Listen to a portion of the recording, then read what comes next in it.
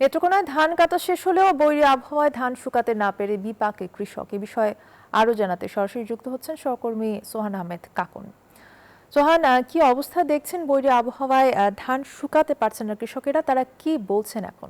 আসলে আপনি বলছিলেন যে ধান শুকাতে পারছেন না কৃষকরা।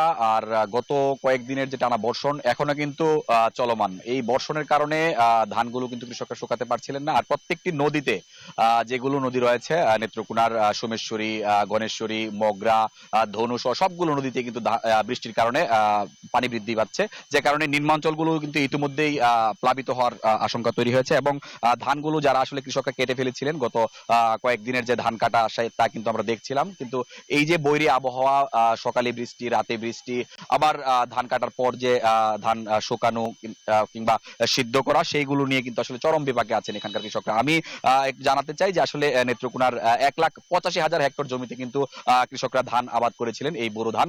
কিন্তু এই ধানের প্রায় 95 ভাগ ধান কিন্তু ইতিমধ্যেই কাটা সম্পন্ন হয়েছে। তবে এই বৈরী আবহাওয়ার কারণে এই পানির কারণে কিন্তু আসলে ধানগুলো শুকানো নিয়ে কৃষকরা সমস্যার মধ্যে পড়েছেন। আরেকটি বিষয় জানাই যে আসলে কৃষকরা ক্ষতিগ্রস্ত যারা রয়েছেন কৃষক, আরে ঈদ লাগছে মনে খুশির জোয়ার সবখানে, আরে ঈদ লাগছে মনে বিকাশ পেমেন্ট সবখানে।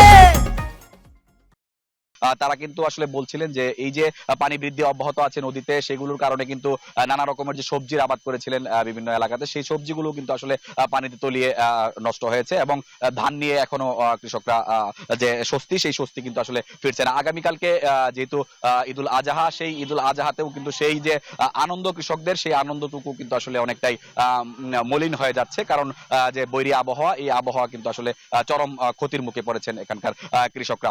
আর সব মিলিয়ে বলবো যে আসলে নেত্রকোনার হাওর অঞ্চলে প্রথম দিকে কিন্তু আসলে ধানগুলো কেটেছিলেন কৃষকরা, কিন্তু কাঁচা ধানই কিন্তু কাটার পর তারা খুব কম দামে ধানগুলো বিক্রি করতে হয়েছে, যে কারণে কৃষকরাও কিন্তু হাওর অঞ্চলের ব্যাপক ক্ষতিগ্রস্ত হয়েছে। এর পরবর্তী সময়ে এখন যে উঁচু উঁচু এলাকার ধানগুলো, সেগুলো কেটেছিলেন, কিন্তু সেগুলো কিন্তু এই যে বৃষ্টিপাত, ভারী বৃষ্টিপাতের কারণে যে জায়গাগুলোতে আসলে ধান শুকানো হয়, সেই জায়গাগুলো পানিতে নিমজ্জিত থাকার কারণে সেই ধানগুলো কিন্তু কৃষকরা শুকাতে পারছিলেন না।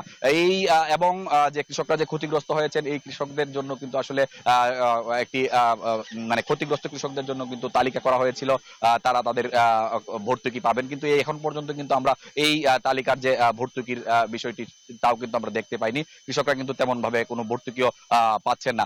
আর প্রণোদনার একটি বিষয় জানতাম, যে সেই প্রণোদনার বিষয়টিও কিন্তু আসলে এখন পর্যন্ত হাওর অঞ্চলে পৌঁছয়নি। এই কথাগুলো কিন্তু আসলে কৃষকরা বলছিলেন এবং কৃষকদের সাথে আমাদের প্রতিনিয়তই কথা হচ্ছে, কিন্তু তারা বলছেন যে আসলে কোনো রকমের ক্ষতিগ্রস্ত হলেও এখন পর্যন্ত কোনো রকমের কোনো সহায়তা তারা পায়নি। এই ছিল কিন্তু আসলে নেত্রকোনা থেকে সবশেষ। যাব স্টুডিওতে, রয়েছেন অর্থী। ধন্যবাদ আপনাকে। সোহান আহমেদ কাকুন জানাচ্ছিলেন নেত্রকোনা থেকে।